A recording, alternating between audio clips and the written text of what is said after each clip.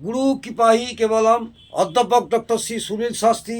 আজকে আপনাদের জানাবো অদ্ভুত চমৎকারী টোটকা কন্যা রাশি। কন্যা রাশির যারা জাতক এবং জাতিকা, তারা মেয়েদের স্নেহ করবেন, মাতৃরূপে স্নেহ করবেন এবং আদর করবেন। যাদের ক্ষমতা আছে জেমস স্টোন পরার, তারা অবশ্যই একটা পান্না ধারণ করবেন কনিষ্ঠ আঙুলে। কালো জিনিস ব্যবহার করবেন না। ছাতে বৃষ্টির জল ধরে রাখুন। ছাতের মধ্যে বৃষ্টির জল ধরে রেখে সেই জলে স্নান করবেন। যখন সম্ভব হবে, বৃষ্টি হবে, সেই জল ধরে রেখে যে কদিন পারেন স্নান করবেন। রূপোর আংটি ধারণ করবেন। নতুন বস্ত্র ধারণ করার আগে পুকুরের জল দিয়ে ধুয়ে নেবেন। যে কোনো নতুন বস্ত্র পরার আগে ধুয়ে নেবেন পুকুরের জল দিয়ে। সবুজ রঙের রুমাল ব্যবহার করবেন। বাড়িতে তুলসী গাছ লাগাবেন, কিন্তু মানিক প্লান্ট গাছ লাগাবেন না। মদ খাওয়া থেকে দূরে থাকবেন। একদমই মদ্যপান করবেন না। শনির সঙ্গে যুক্ত জিনিসের উপায় করুন। যার সঙ্গে শনি যুক্ত হয়েছে, সেই গ্রহের বা সেই যুক্ত হলে সেই জিনিসের উপায় করুন। চওড়া পাতার গাছ বাড়িতে লাগাবেন না।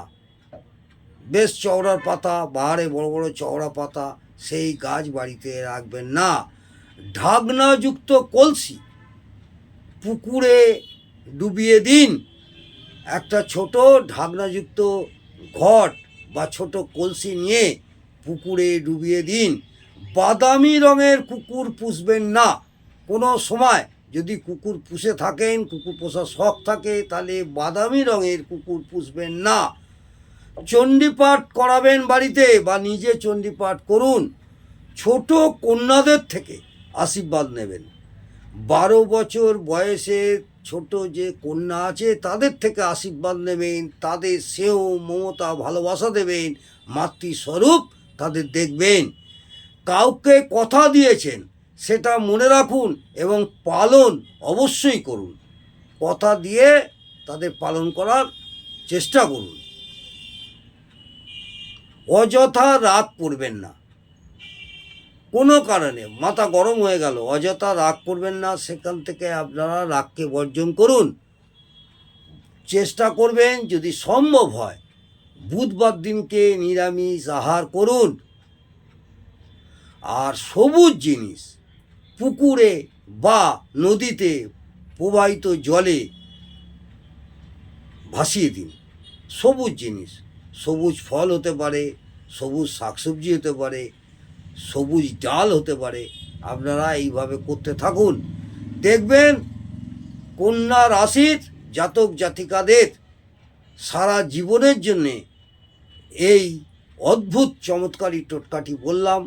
এইভাবে যদি পালন করতে পারেন, কোনো অ্যাস্ট্রোলজারের কাছে আপনাদের যেতে হবে না। আশা করব আপনাদের সুখ, শান্তি, সমৃদ্ধি সবই বজায় থাকবে। নমস্কার, জয় মা তারা।